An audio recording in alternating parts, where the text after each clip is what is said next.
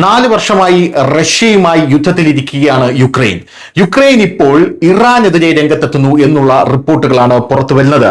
4 വർഷമായി റഷ്യയുമായി യുദ്ധത്തിലായിരിക്കുന്ന യുക്രൈൻ ഇപ്പോൾ ഇറാന്റെ വലിയ രീതിയിലുള്ള ശത്രുവായി മാറിക്കൊണ്ടിരിക്കുകയാണ്.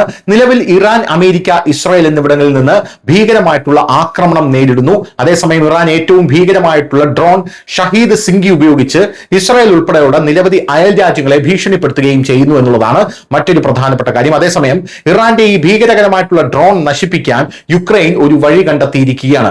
നിലവിൽ Ukraine president Vladimir Zelensky Saudi അറേബ്യയിലാണ്. സൗദി അറേബ്യയുമായി ഒരു വലിയ പ്രതിരോധ കരാർ ഉണ്ടാക്കിയിട്ടുണ്ട്.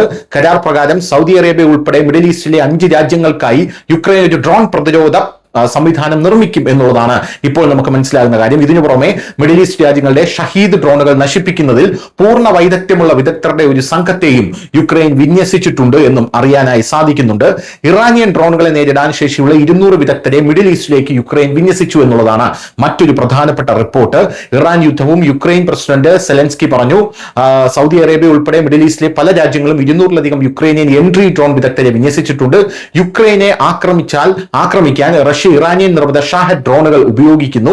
അതിനാൽ ഈ ഡ്രോണുകൾക്കെതിരെ പോരാടുന്നതിൽ യുക്രൈൻ ഡ്രോൺ യുദ്ധ വിദഗ്ധർക്ക് 4 വർഷത്തിലേറെ പരിചയമുണ്ട് എന്നാണ് ഇപ്പോൾ മനസ്സിലാകുന്നത്. ഇറാനിയൻ ആക്രമണങ്ങളോട് പ്രതികരിക്കാൻ ഗൾഫിലെ 5 രാജ്യങ്ങളെ ഇപ്പോൾ യുക്രൈനിയൻ വിദഗ്ധർ സഹായിക്കുന്നു എന്നുള്ളതാണ് ഇപ്പോൾ പ്രധാനപ്പെട്ട കാര്യം.